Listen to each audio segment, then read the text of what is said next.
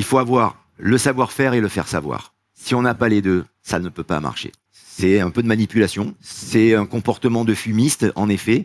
Étant donné que je suis hypocondriaque, j'aimerais bien que sur mon épitaphe, on écrive « Je vous l'avais bien dit que j'étais malade ». J'avais raison. Le talent, c'est bien, mais ça suffit pas. Après, il faut savoir quoi en faire.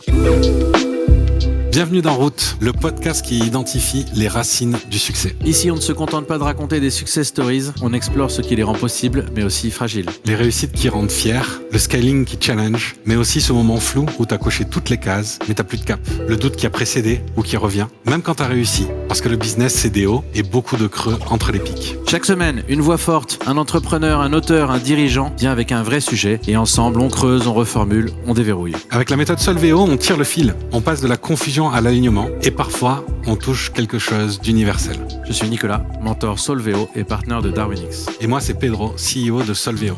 Bienvenue dans Route, le podcast qui démystifie le succès.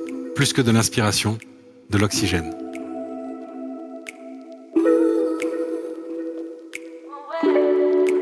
Lionel Rosso, encore un invité qui va me mettre en difficulté pour faire sa biographie. Alors je vais commencer par ce qui m'a le plus impressionné toutes ces années, ta force de travail. Tu ne t'arrêtes jamais, tu es probablement le plus gros travailleur qu'on ait jamais reçu ici, et pourtant on en a reçu du carriériste, du boulimique de la besogne, du workaholic. Jugez plutôt. Tu débutes ta carrière en 1985 à la radio. En 96, tu rejoins Europe 1 en tant que grand reporter et animateur d'Europe Sport. En 2005, tu pars pour Canal, où tu présentes Jour de sport, puis Jour de foot. En 2008, tu présentes les spécialistes et le World Poker Tour avec Patrick Bruel.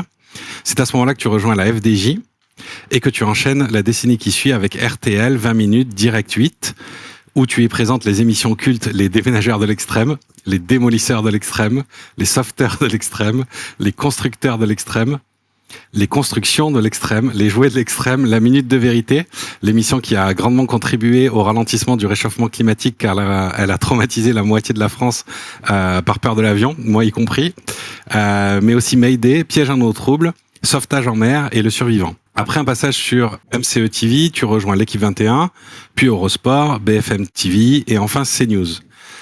Tu as écrit 6 livres dont chacun ont rencontré leur public sur des sujets aussi divers que le football, la MotoGP, le poker ou encore la prise de parole. Il y a 4 ans, parce que tu n'étais pas encore assez occupé, tu produis et animes Mobility TV et tu signes le documentaire sur Giroud. Et parce que comme le bon vin, tu te bonifies avec le temps, tu te lances contre toute attente dans le cinéma à 57 ans. Alors d'où vient ce feu sacré? D'où vient cette énergie? Pourquoi quand on a bien avancé et bien réussi dans une carrière, pourquoi est-ce qu'on décide de tout lâcher et de tout recommencer et de se refixer des objectifs?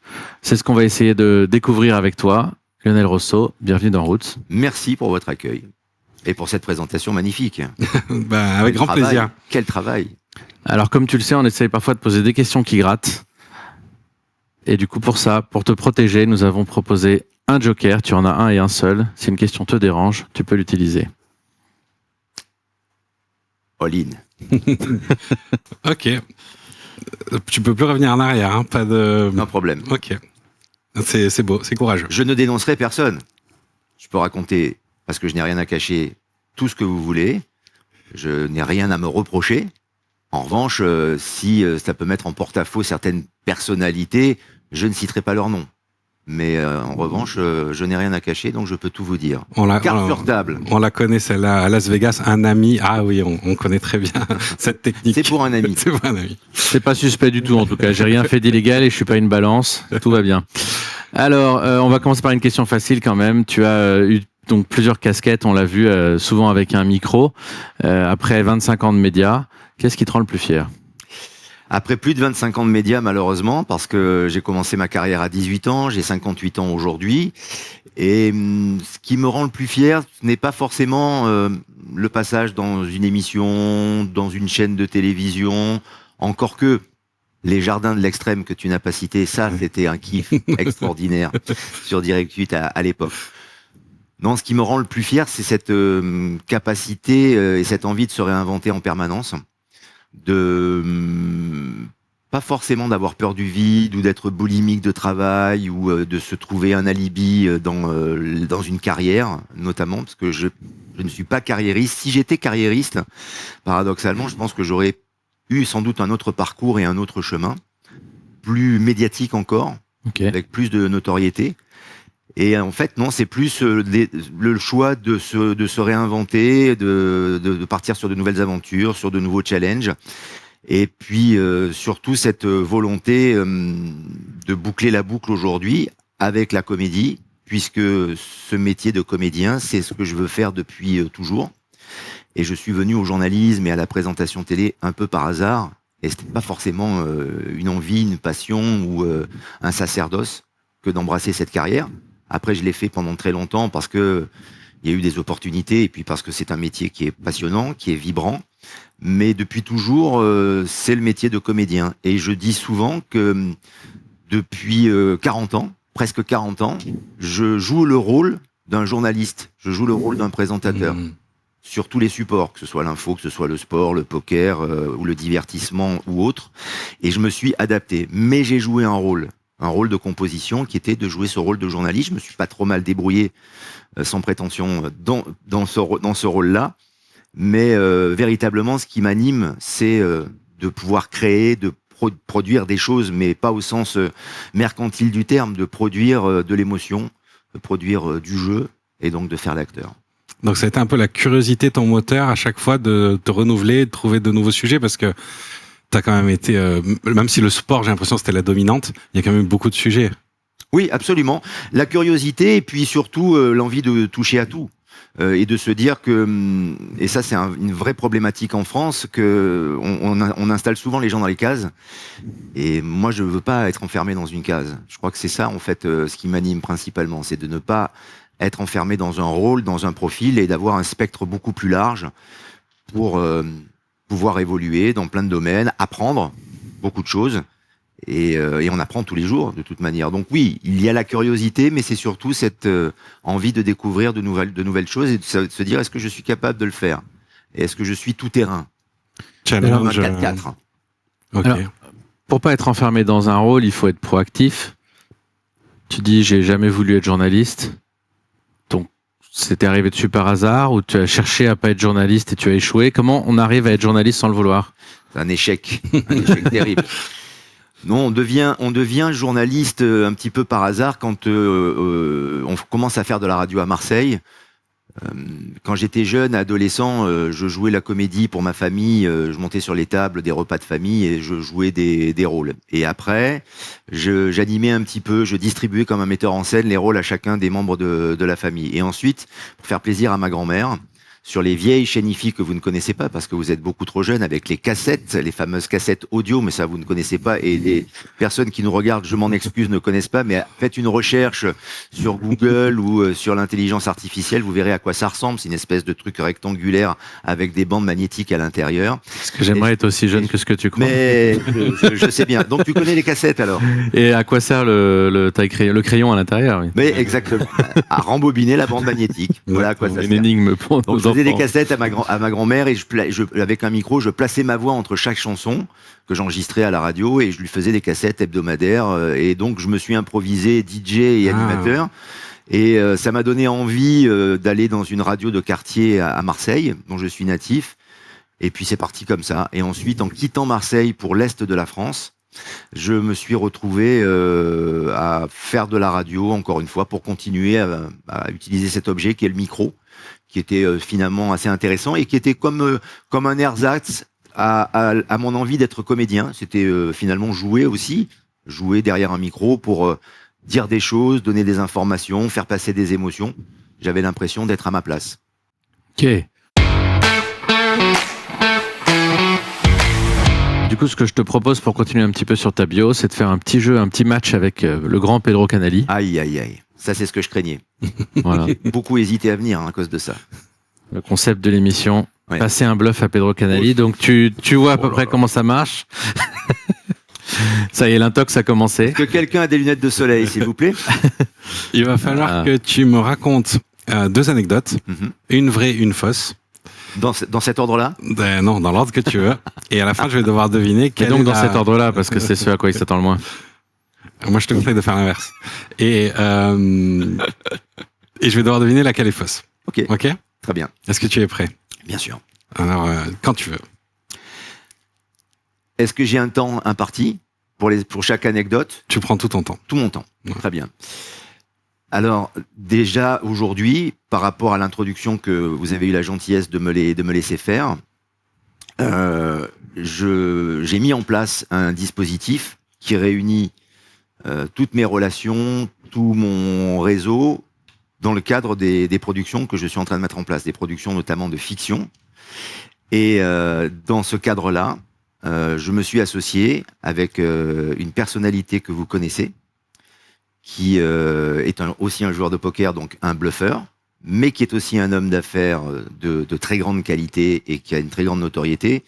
Je suis associé avec Patrick Bruel, que j'ai bien connu au moment du Le Poker Tour. sur Canal+. On est resté en contact, on a eu des relations un peu espacées à un moment donné, mais la vie a fait que nous sommes retrouvés sur le pan du cinéma. Et dans le cadre des productions que je suis en train de mettre en place, avec des films qui vont se tourner notamment en 2026, début 2026, un film avec Gérard Lanvin, qui est devenu aussi un ami et qui fait partie de mes relations. Eh bien, Patrick est mon associé, en fait, ou l'un de mes associés, c'est pas le seul, mais Patrick est l'un de mes associés pour la production cinématographique. Et nous sommes allés jusqu'à établir aussi un deal parce qu'on a du business, un spectre assez large, l'immobilier aussi, je vous en parlerai si vous voulez un petit peu plus tard avec ma femme, mais je suis aussi associé, en tout cas j'ai pris des parts dans ce cadre-là. Non mais ça te fait sourire, mais tu peux sourire, parce que tu n'arriveras pas à me bluffer moi-même, parce que quand je raconte la vérité, je suis associé avec lui aussi dans son entreprise d'huile d'olive, dans le sud de la France. Parce que vous êtes peut-être au courant, mais il a une entreprise il produit de l'huile d'olive. Patrick. Ok, voilà. Donc maintenant la fausse, vas-y, tu peux y aller. Alors maintenant, la vraie ou la fausse, c'est quelque chose qui est arrivé grâce grâce aux cours que je séchais lorsque j'étais à Marseille, au lycée notamment. Je séchais les cours parce que je jouais au baby-foot. Et le baby-foot est quelque chose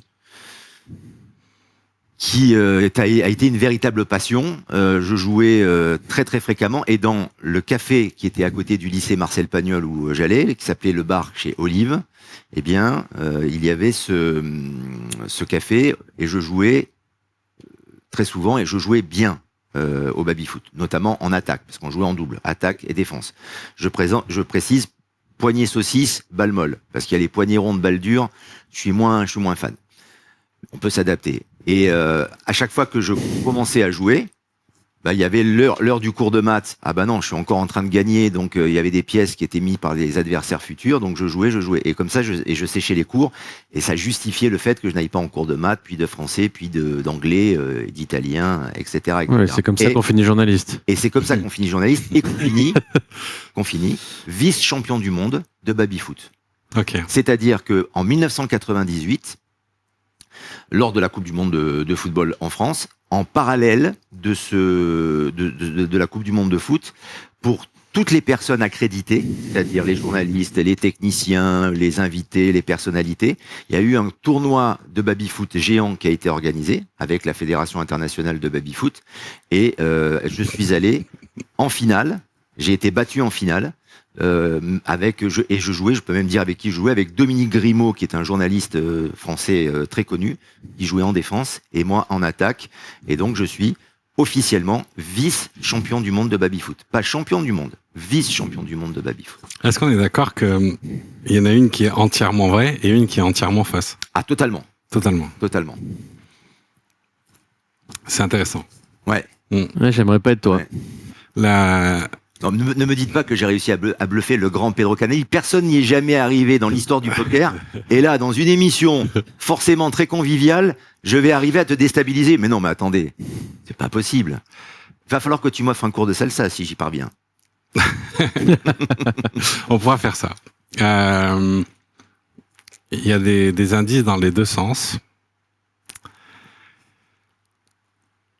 Mais je pense que tu n'as jamais été vice-champion du monde de baby-foot. Donc tu penses que je suis associé de Patrick Bruel? Exactement. D'accord. Je donne la réponse Tu ou peux y aller. Allez, je ménage encore le suspense? Tu peux donner la réponse. Moi, j'aime bien, là, mais on va le perdre. Ça boue. Ça boue. Moi, j'étais... Qu'est-ce qu'on gagne si on a réussi à bluffer Pedro Canali? Un cours de salsa, tu disais Un cours de tout à l'heure. salsa. Ouais, voilà. Très bien. Alors, donc, j'ai gagné un cours de T'as gagné un salsa, cours de salsa avant. car je suis vraiment vice-champion du monde de baby-foot.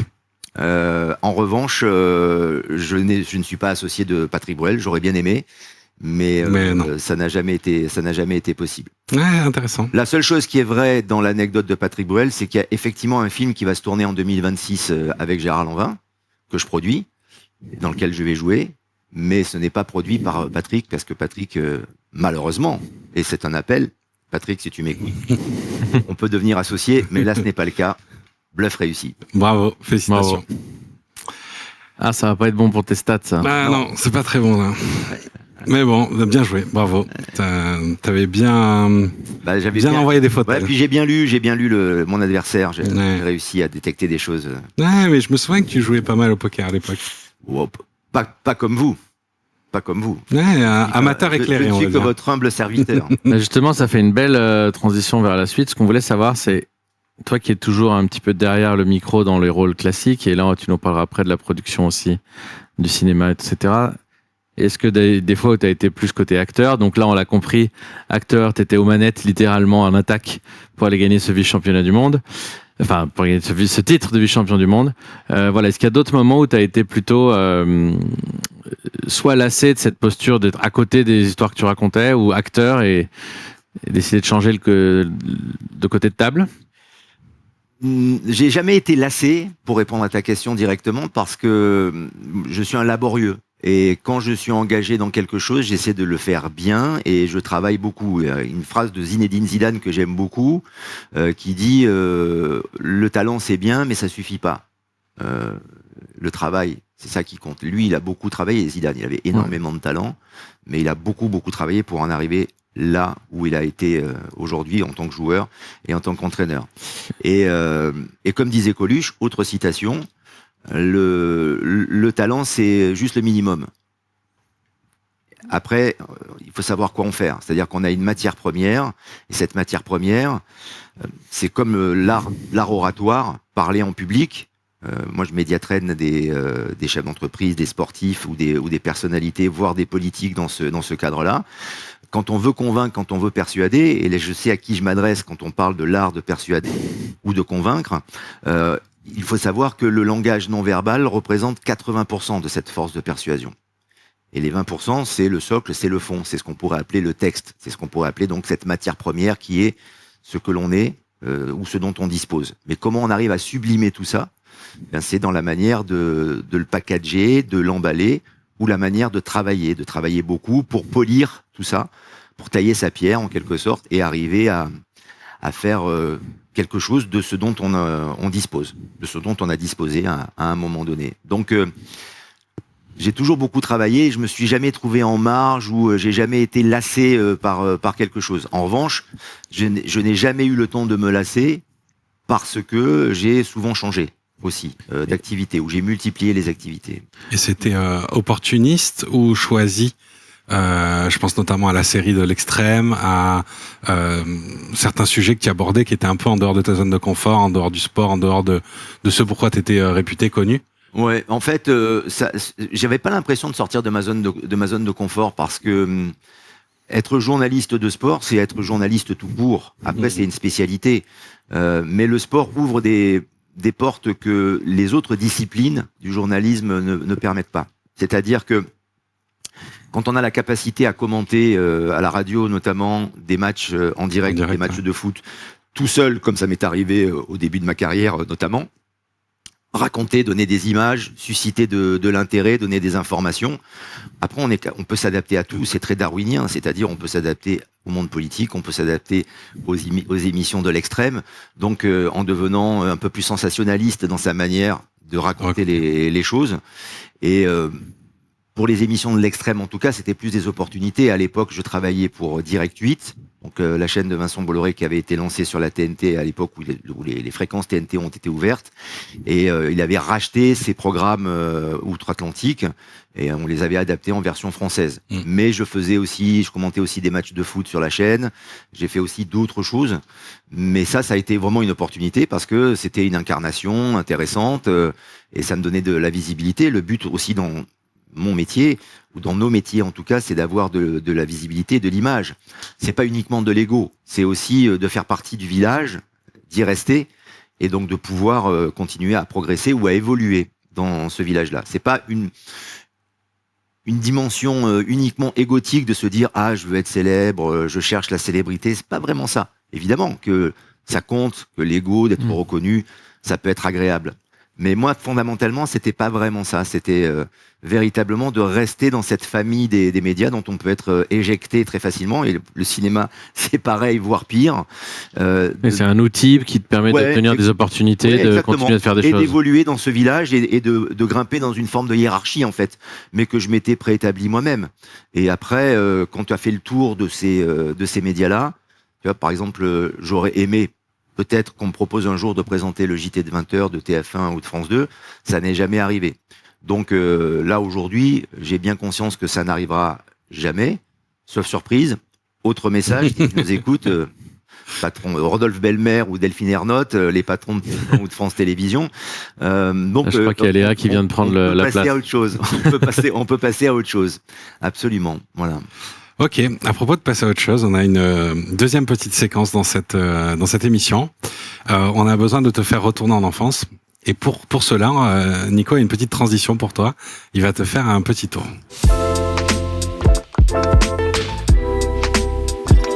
C'est la petite pause magique.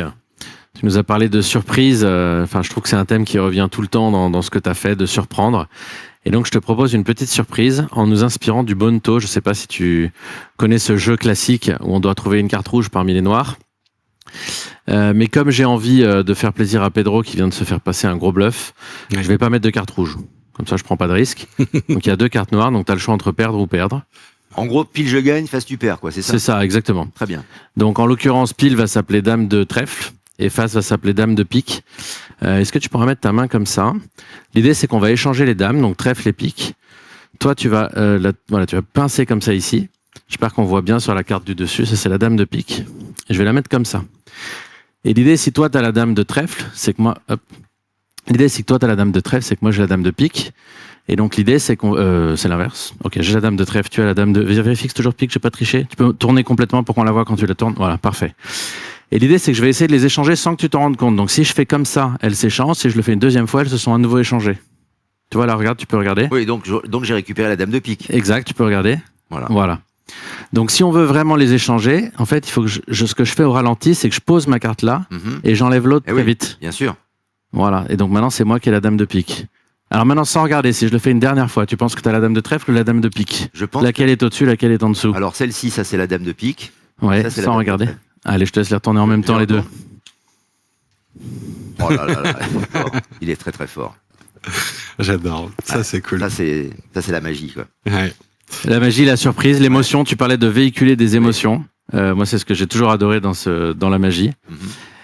Et normalement, là, cette émotion te met dans un petit état un peu comme les Hot Ones. On n'a pas ramené le piment, Des yeux d'enfant. mais on a mis des yeux d'enfant. d'enfant. Et du coup, si tu repenses au Lionel Rosso enfant, qu'est-ce qu'il aurait pensé de ce qu'il verrait maintenant? Je crois qu'il aurait été assez surpris de ce parcours parce qu'il s'attendait pas à faire ce genre de choses, parce que ça a été, j'ai eu de la chance en fait de rencontrer des gens ou d'avoir des opportunités. Et il était assez naïf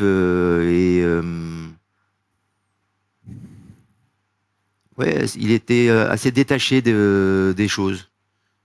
Je crois qu'en fait, il aurait juste aimé que son père soit fier. J'ai perdu mon papa jeune, et donc je pense que c'est ça. J'aurais plus aimé que ce soit lui, mon père, si d'ailleurs il me voit, qu'il soit fier de ce parcours, qu'il ait pu assister à ce parcours-là, plutôt que moi, enfant, parce que j'avais pas de maturité. J'étais vraiment un enfant gâté, choyé. Et j'avais pas vraiment le sens ou des responsabilités ou de l'avenir ou de ce genre de choses. Là, ça a été un moteur pour toi, rendre fière ta famille? Je crois pas que ce soit la fierté de la famille en elle-même. Mon père, parce qu'il a disparu, donc ça, évidemment, ça, c'est le lien. Mais le reste de ma famille, c'est pas ça, parce que j'ai jamais eu ce besoin. L'éducation que j'ai eue est une éducation méditerranéenne, d'enfants gâtés, choyés, dans un milieu populaire, mais un milieu facile aussi. On n'était pas dans une forme de vulgarité ou de violence. Enfin, j'ai subi aucun sévice. Enfin, tout s'est bien passé, fort heureusement, pour moi dans mon enfance, à part donc la disparition de mon père. Donc, j'étais pas en quête ou en recherche de rendre fier. J'avais pas un Graal, une cause, quelque chose à défendre. J'ai toujours affronté la vie jusqu'à aujourd'hui, d'ailleurs. Hein. J'ai toujours affronté la vie comme elle vient, ou j'ai toujours été confronté à la vie comme elle vient. Et du coup, comment tu fais tes choix quand tu... C'est un peu l'idée de trouver, donc certaines personnes vraiment ont un but et savent depuis qu'elles ont 8 ans qu'elles vont aller là. Des fois ça change et elles trouvent un autre but. Là, ce que tu dis, c'est plutôt, il n'y a pas vraiment de but, c'est tu sens les choses au fur et à mesure qu'elles viennent. Ouais. Quel est le processus qui fait que tu dis là, bah tiens, là je vais aller faire une émission sur ça, ou maintenant je vais mettre dans des choses plus lentes comme la production cinématographique? Trop lente d'ailleurs. Ça, tu vois, c'est l'un de mes défauts. Je suis très impatient. Et la lenteur de la production cinématographique, quand on a fait des émissions en direct où il faut aller tout de suite à l'info, traiter parfois même une actualité sur le moment, quand tu la prends en pleine gueule, tu la découvres et il faut que tu la commentes, que tu l'analyses et que tu poses des questions. Là, c'est l'immédiateté. Et sur la production cinématographique, en effet, c'est beaucoup plus long. Il y a des tergiversations, il y a l'intervention de beaucoup de personnes, les comédiens, les techniciens, les producteurs, les financiers, etc., etc. Mais pour répondre à ta question, en fait, moi, ce qui m'a le plus porté, c'est cette pas cette curiosité, mais cette envie de croquer les choses. C'est-à-dire que quand j'étais enfant, je le disais, je voulais être comédien. Et je le faisais, j'étais le comédien principal de ma famille, parce que c'était mon public, mais je voulais aussi devenir footballeur professionnel, parce que je joue au foot avec mes potes, et parce que je viens de Marseille, la plus grande équipe de tous les temps, le plus grand club de tous les temps au monde. À jamais les premiers, je tiens à le préciser. Vos messages, je crois que ça enregistre pas. Là, ça a cassé la caméra. C'est pas grave, je renverrai ça sur les réseaux sociaux pour le préciser. Et puis, donc j'ai joué au foot très mal. Et je me suis rendu compte très vite que je ne deviendrai jamais footballeur professionnel, mais j'ai continué à jouer au foot très mal, toujours, comme un bourrin, avec mes potes, étant adulte, etc. Et ensuite, j'ai découvert les sports de combat, par exemple. Et donc, j'ai fait du Krav Maga, très mal. Je continue à faire de la boxe, très mal, mais je continue à 58 ans. Et je m'investis à fond, c'est-à-dire que je me donne vraiment. Et donc, toutes les opportunités que j'ai saisies, avec cette envie d'arriver à faire les choses, même si je l'ai fait très mal, c'est ça qui m'a poussé. Donc, dans les choix professionnels, c'est exactement la même chose. Dès que j'ai eu cette opportunité, ou que je suis allé chercher l'opportunité en demandant les gens avec peut-être un petit peu d'audace ou d'arrogance, peu importe, mais qu'on m'a accordé ce crédit, j'ai saisi l'opportunité comme ça. Et alors, elle vient d'où cette pugnacité, ce feu sacré, cette envie d'aller au bout? Et il l'a dit tout à l'heure, c'est Éric Dimeco. 92. Ouais, exactement. Le pire défenseur de toute l'histoire. Mais très efficace. Ancien attaquant. On parlait d'adaptation tout à l'heure. Ancien attaquant qui a été reconverti défenseur, mais qui a joué en équipe de France pendant très longtemps. L'un des plus grands arrière-gauche de l'histoire du football français, mais qui avait énormément de tempérament, en effet. Beaucoup de respect pour Éric Dimeco. Et pour les autres Marseillais, non. Beaucoup de respect, puis il a fait tourner beaucoup d'hôpitaux là-bas. Ouais, bah, il devait sans doute avoir des actions ou des parts dans l'hôpital Nord de Marseille, ou à la Timone, que sais-je encore. Non, mais bon, il a pris des coups aussi, il en a donné, oui, mais c'est dans son tempérament, c'est dans sa nature. Et pour répondre à la question de Pedro, en fait, c'est dans la nature.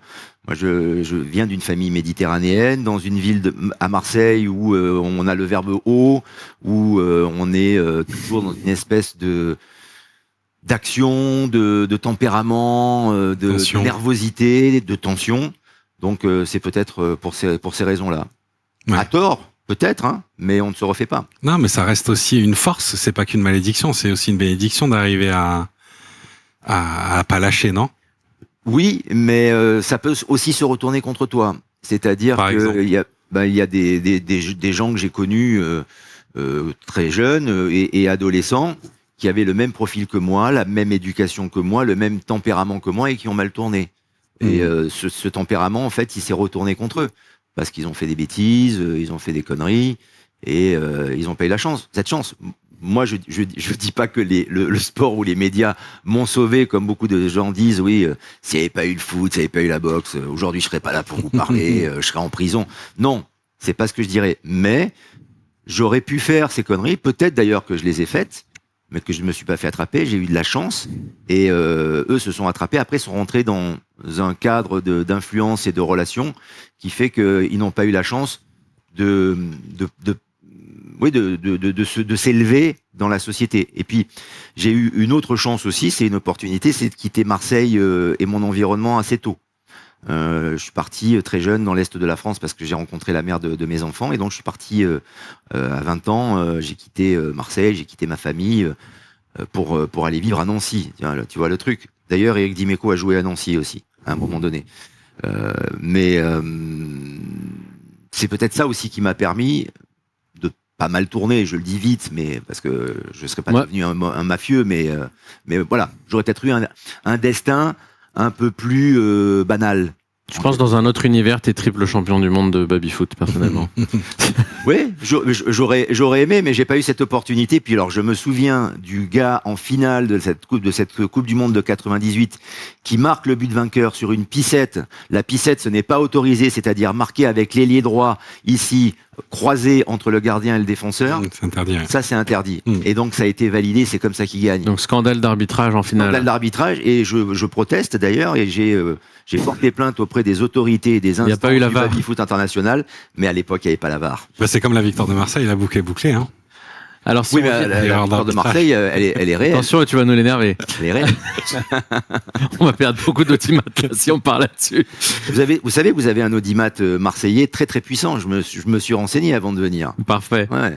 Faites gaffe. Hein. On va faire attention là. Moi, je suis neutre. J'ai eu des maillots de l'OM et du PSG dans ma vie, donc personne. Je sais pas s'il faut révéler ça. Coupé. Plus sérieusement, pour revenir un peu au sujet de tes recettes, ce qui m'intéresse, je trouve, c'est il y a de la curiosité, il y a de l'audace. En tout cas, c'est voilà comment tu décris curiosité, audace, et après beaucoup des rencontres et du travail. Si tu peux nous en dire un petit peu plus sur le travail, c'est quoi, et la gestion des émotions aussi dont tu as parlé. Qu'est-ce que c'est le bon travail, le mauvais travail? Est-ce que c'est travailler beaucoup? Est-ce que c'est faire des longues heures? Comment est-ce qu'on travaille efficacement? Tu vois, Zidane, tu disais, il a chaussette gauche, chaussette droite. Toi, tu fais quoi? Moi, il n'y a pas de rituel comme Zidane, qui d'ailleurs n'utilise pas ce rituel puisque c'était dans le cadre d'une publicité, comme vous le savez évidemment.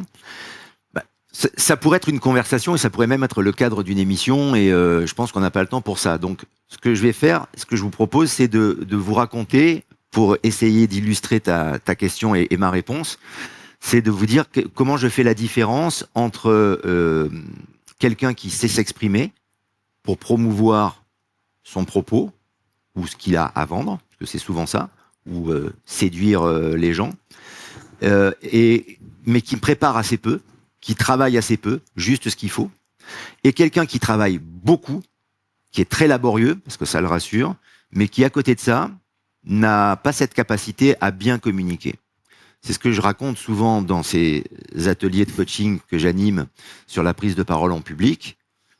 Moi, j'invite les gens à développer leur langage non verbal et de se faire confiance plutôt que de se rassurer uniquement par quelque chose que l'on va écrire, que l'on va rédiger, mais qui est destiné à être lu, à être reçu sur une boîte email, par exemple, ou à être lu par des lecteurs, et pas à être raconté et incarné et interprété comme le feraient des acteurs. C'est-à-dire que quand on donne à des acteurs, à des comédiennes, un texte, quel qu'il soit, ils ont cette capacité à faire passer une émotion, même si c'est une recette de cuisine ou la posologie du Doliprane. Si on a quelqu'un qui travaille de manière très académique, comme on nous l'enseigne d'ailleurs dans le système éducatif en France aujourd'hui, ma mère était institutrice, donc je peux en parler. Et quand on nous demandait, par exemple, d'aller au tableau en CE2 ou en CM1 pour raconter une poésie de Paul Éluard ou d'Émile Verhaeren, on annonnait, on récitait par cœur, mais on ne mettait pas les formes et on n'interprétait pas ce que nécessitait le texte. C'est ça la différence. C'est-à-dire qu'il faut trouver un compromis entre travailler suffisamment pour avoir un peu de tout, c'est un peu le métier de journaliste, hein, connaître un petit peu de choses, même si c'est pas à fond, mais de bien pouvoir les communiquer, de bien pouvoir les synthétiser pour promouvoir, et c'est un peu de la poudre aux yeux, pour promouvoir ce que l'on sait.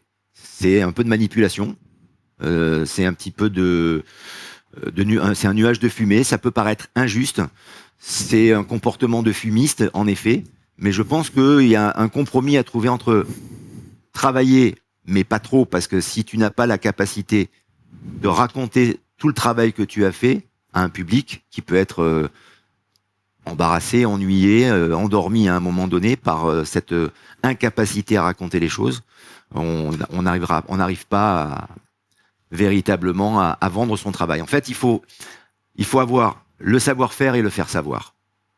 Si on n'a pas les deux, si on n'a que l'un ou l'autre, ça ne peut pas marcher. Ça veut dire que dans ton métier, tu allais souvent prendre le café avec les dirigeants des chaînes pour expliquer à quel point tu avais travaillé, etc. Je ne l'ai pas fait suffisamment. J'aurais dû le faire beaucoup plus, et pas uniquement avec des dirigeants, mais dans le milieu de la télé, j'aurais dû effectivement aller un peu plus au contact pour établir un réseau plus fort et plus solide. En revanche, ce que je faisais, c'est que une fois que j'avais présenté une émission, en l'ayant préparée, mais en n'ayant pas le temps et l'envie aussi, peut-être un peu de fainéantise, de préparer cette émission à fond, de bachoter, d'apprendre par cœur, je me faisais confiance. Et donc, il y avait déjà un résultat. Tant que j'étais à l'antenne, ça veut dire que c'était satisfaisant. Mais ensuite, je faisais ce qu'on appelle le service après-vente. C'est-à-dire que j'allais voir soit les invités, soit les gens avec qui je travaillais pour débriefer l'émission.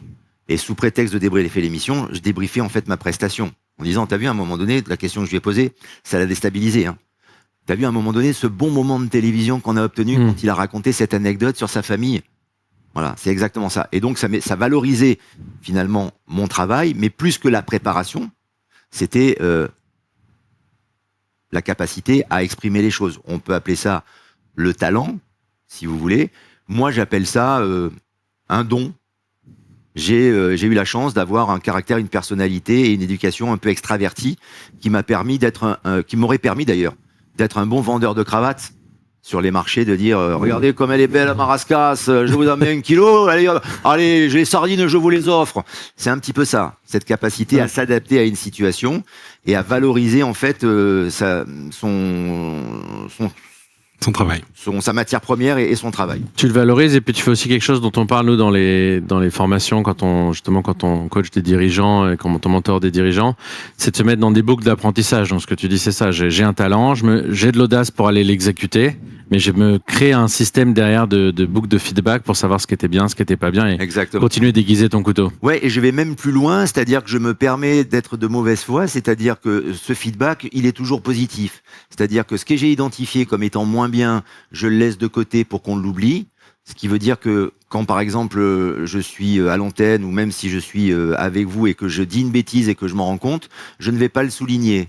Parce que peut-être que vous en êtes pas rendu compte. Tu vois, je te fais un petit. Voilà, on a tout noté. D'ailleurs, tu as dit une bêtise il y a 2 minutes et ça va te revenir dans la figure dans un instant. Vas-y, relance la question, il n'y a aucun problème. Et je dirais, je jurerais même, s'il le faut, que je n'ai jamais dit ça. Comme tous les politiques. Donc le feedback, en fait, il est toujours positif pour que je renvoie une image du travail qui a été fait, qui est valorisé en permanence. Le service après-vente. D'accord, intéressant. On va essayer de te faire regretter d'avoir gaspillé ton joker. Un petit exercice. Tu nous as parlé de Doliprane et on te propose d'avoir mal à la tête. Très bien, vas-y. Est-ce que tu pourrais nous lire ce beau texte poétique? Ouais. Il faut que tu lui fasses passer de l'émotion. Bien sûr. Est-ce que tu peux nous lire la posologie du Doliprane, s'il te plaît? Bien évidemment, mais une fois que je vous l'aurai lu, vous voulez que je vous la lise d'une manière particulière ou de manière mécanique? Avec de l'émotion. Avec de l'émotion? Quelle émotion voulons-nous? On peut choisir notre émotion? Bien sûr, allez-y. De l'appréhension. Très bien. Très intéressant, je vais le faire. Hein. Très intéressant parce que dans le cadre des formations de prise de parole en public, je passe un extrait d'un film qui s'appelle Le Spoons. Ça vous dit quelque chose, Le Spoons? C'est un vieux film. Un vieux film avec Fernandel, qui a été repris par Smaïn un petit peu plus tard, mais c'est le film avec Fernandel, un film de Marcel Pagnol qui est très intéressant. Et il y a une tirade à un moment donné, une scène avec Le Spoons, celui qui est considéré comme l'idiot par une équipe de cinéma, qui pense être un très grand acteur, donc en l'occurrence Fernandel, à qui on demande de faire passer des émotions avec la même phrase. Tout condamné à mort aura la tête tranchée. Et avec cette phrase-là, qui est une phrase un peu tranchante, mais sibylline également. Il arrive à faire passer plusieurs émotions et à terminer sur l'éclat de rire. Ça qui est formidable. Et donc, on est vraiment dans ce cadre-là. Donc, je vais faire avec plaisir l'appréhension. La posologie unitaire usuelle est de 1,5 à 1 comprimé à 1000 mg par prise, à renouveler au bout de 6 à 8 heures. En cas de besoin, la prise peut être répétée au bout de 4 heures minimum, mais il n'est généralement pas nécessaire de dépasser 3000 mg de paracétamol par jour, soit 3 comprimés par jour. Dans ce cadre-là, il vaut mieux prendre un générique. Parfait. Je comprends pourquoi j'ai raté le bluff. Je savais pas quel acteur. C'est mal parti, ouais. Alors, par contraste, une deuxième émotion? Avec le même texte, Ouais. Bien sûr. écoute, L'euphorie. Oh. la posologie unitaire est un demi... Hein? Un demi à 1 comme... À 1000... Non, attends. La posologie unitaire usuelle est de 1,5 à 1 comprimé à 1000 mg. Je viens de péter le micro. Et le tuteur du micro. Pour l'ingé son qui est en train de travailler, c'est compliqué. En cas de besoin, la prise peut être répétée au bout de 4 heures minimum. Il est généralement pas nécessaire. Il est généralement Bravo. Il n'est généralement pas nécessaire de dépasser 3000 mg de paracétamol, soit 3 comprimés par jour. Bravo. Voilà. Bravo. Exceptionnel. Ah, c'est un métier. Masterclass. On doit bien s'amuser dans tes ateliers. Oui, absolument. C'est uniquement ludique.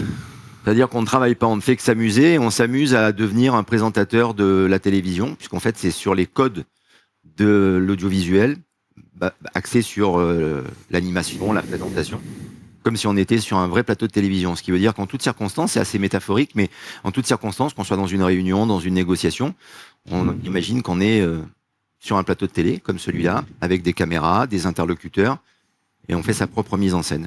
Excellent. Là, ça fait à peu près 1 an que tu as fait la transition. Tu as arrêté à peu près les médias presque pour te concentrer au cinéma. Est-ce qu'il y a des choses... c'est quoi tes gros challenges maintenant? Qu'est-ce qui te... On va pas dire que tu as tout réussi dans les médias, mais t'es quand même content du parcours, je crois. Et maintenant, dans le cinéma ou ailleurs, c'est quoi tes challenges? Qu'est-ce que tu veux réussir?